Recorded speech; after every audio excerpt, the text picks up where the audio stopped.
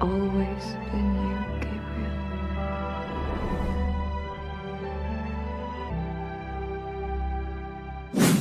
And do you feel any pressure knowing that this is a best-selling book and a lot of people had a high expectation about how the characters are going to develop?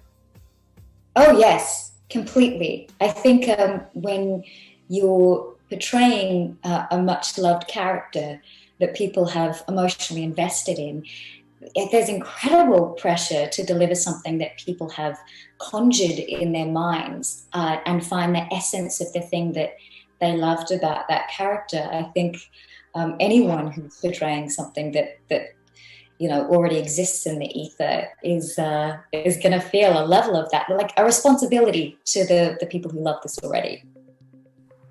And Yeah, Giulio, absolutely. you're starring a movie in a language that it's not your mother language, and how does this work? Because I mean, English is not my mother language either, but sometimes you have to be like simultaneously translating all the script, or it must be challenging.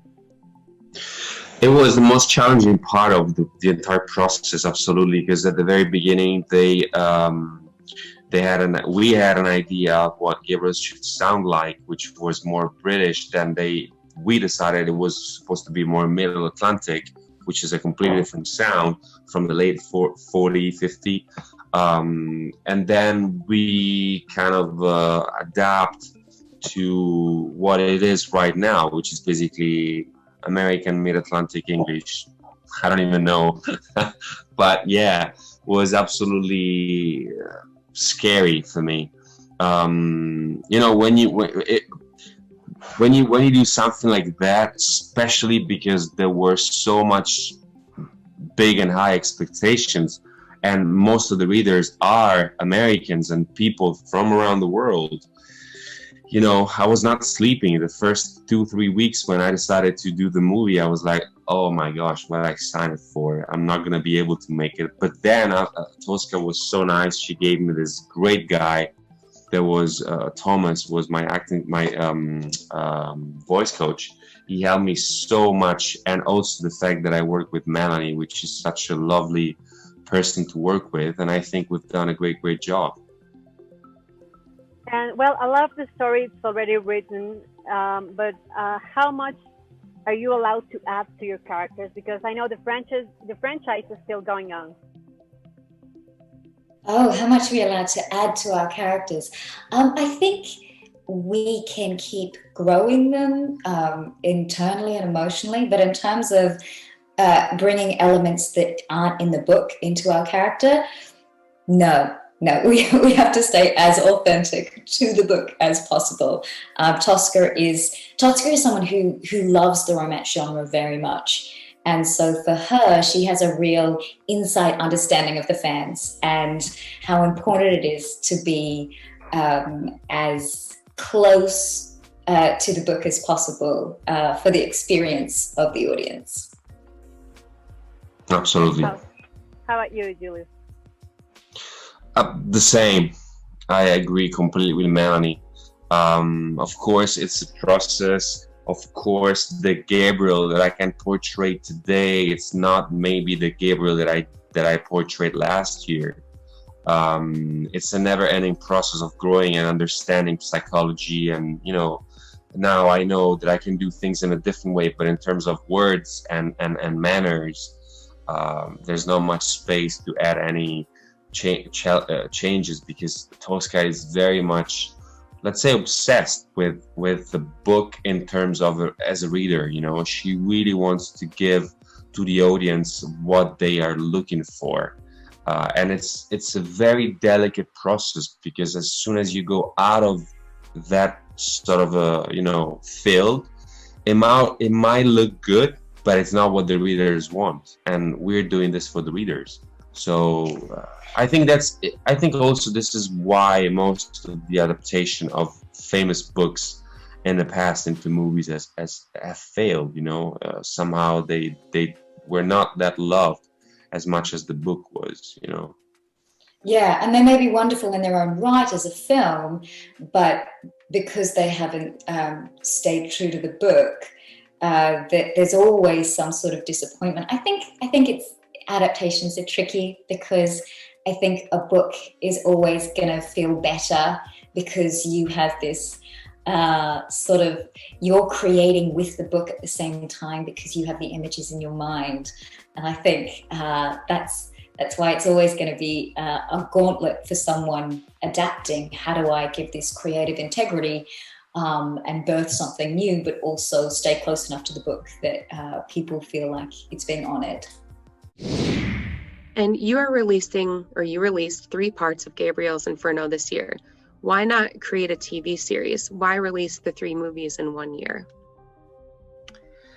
Gabriel's Inferno was not intended to be a 3-part series. It was actually written as one very long movie. It just so happened that the one movie was so long, in fact, that we had to split it up into 3 parts. So it ended up being 5 hours and 40 minutes, and that's too long for one movie. So we broke it down. It's too long for one movie because it would have taken us up until November to finish all 5 hours and 40 minutes, because you have to break it up in order for us to finish it. And I don't think that people would have been okay with that to wait that long. So we try and release movies as quickly as we can. But I also feel like Gabriel's Inferno divided into 3 parts really helps us to take each part in emotionally and enjoy the slow burn just as much as we did when we read the book. But no, it shouldn't have been a TV series. It was never planned to be a series. Now that we live in a moment where all kinds of content are available, where creativity is everywhere, why did you want to establish a digital platform focused only on romance movies? Well, our digital platform is focused only on best-selling romance novels being adapted into movies and series, and then we add some other content on board to just fill out the platform. But for the most part, everything is based on a romance novel. There is no other channel out there that does what we do. And very particularly, while there might be a couple of other channels that have female content on them, they don't focus on book adaptations, and they don't focus on our mission, which is very specifically to empower women and men through emotional strength and to remove shame from sexuality, and to encourage love, communication, and connection in all ages, races, ethnicity, and sexuality. So that makes us a little different from everyone else, but I think it's important, and that's why we created PassionFlix. Love is love. We need to share that.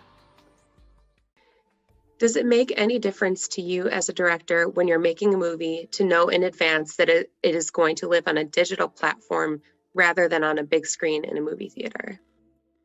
Absolutely. It's going to live on PassionFlix, and I have a lot of control over what happens to PassionFlix. And so when I know that it's going to be released on PassionFlix, I can add even more elements from the book to the movie.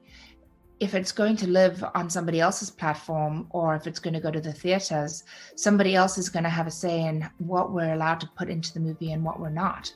They're going to insist that I cut the movie from 5 hours and 40 minutes to 1 hour and 1 hour and 25 minutes, or sorry, they're going to, not 1 hour and 25 minutes, but like 1 hour and 45 minutes. They're going to make me change the length of the movie, and they will insist that I cut out a good portion of it so that it fits within their time bracket.